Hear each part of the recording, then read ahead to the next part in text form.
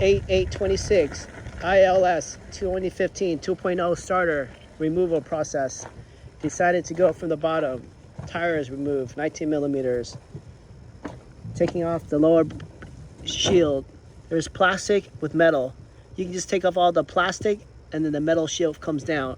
To get off the plastic, it's just a whole bunch of clips and then two 10 millimeters. And then it comes out like that.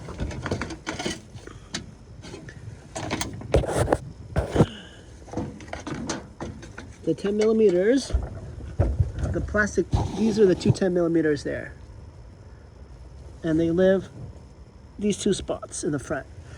And the rest are just clips. So I'm gonna put all this stuff in the corner. For the clips, you just need this guy and this guy, or maybe a bigger, wider screwdriver, maybe. But this should do it. Pretty fast for the lower shield. Now let's see the situation here that we're dealing with. So we can see the starter. At least we can see it. That's a good sign.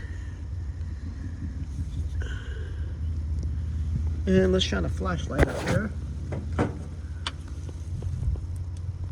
Alright, let's see what we're dealing with. So we have a CV axle. That's not gonna move. That's a big job. And so there's also a serial number of the engine there. So we see one of the big bolts, like a 14 millimeter for the starter right there. And when I mean right there, I'm meaning where I'm shining the light.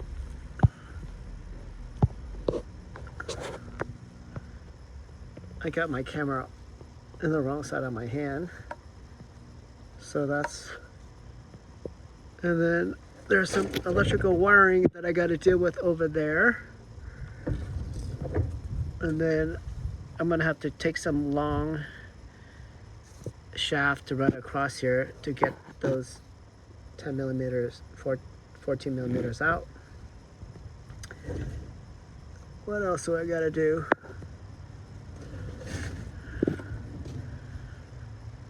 And then either feed it from the bottom or feed it up there to get it out. All right, that's the story. Let's go have at it. It's like the worst of two evils. Either the top or the bottom is bad.